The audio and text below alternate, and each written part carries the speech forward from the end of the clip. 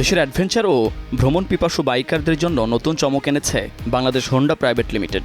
All new Honda NX 200 মডেলের motorcycle উন্মোচন করেছে হোন্ডা কোম্পানি, যা আধুনিক অ্যাডভেঞ্চার ইন্সপায়ার্ড একটি বাইক।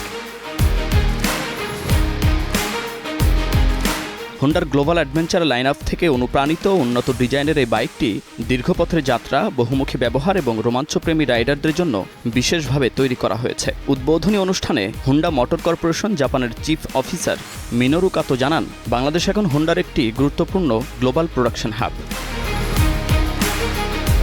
গ্রাহকদের পরিবর্তনশীল চাহিদা পূরণে হোন্ডার এই উদ্যোগ বলে জানান বাংলাদেশ হোন্ডার ব্যবস্থাপনা পরিচালক ও সিইও সুসুমো মরিসাওয়া। তিনি জানান, অল নিউ NX 200 ভবিষ্যতে মেক্সিকোতেও রপ্তানির পরিকল্পনা রয়েছে।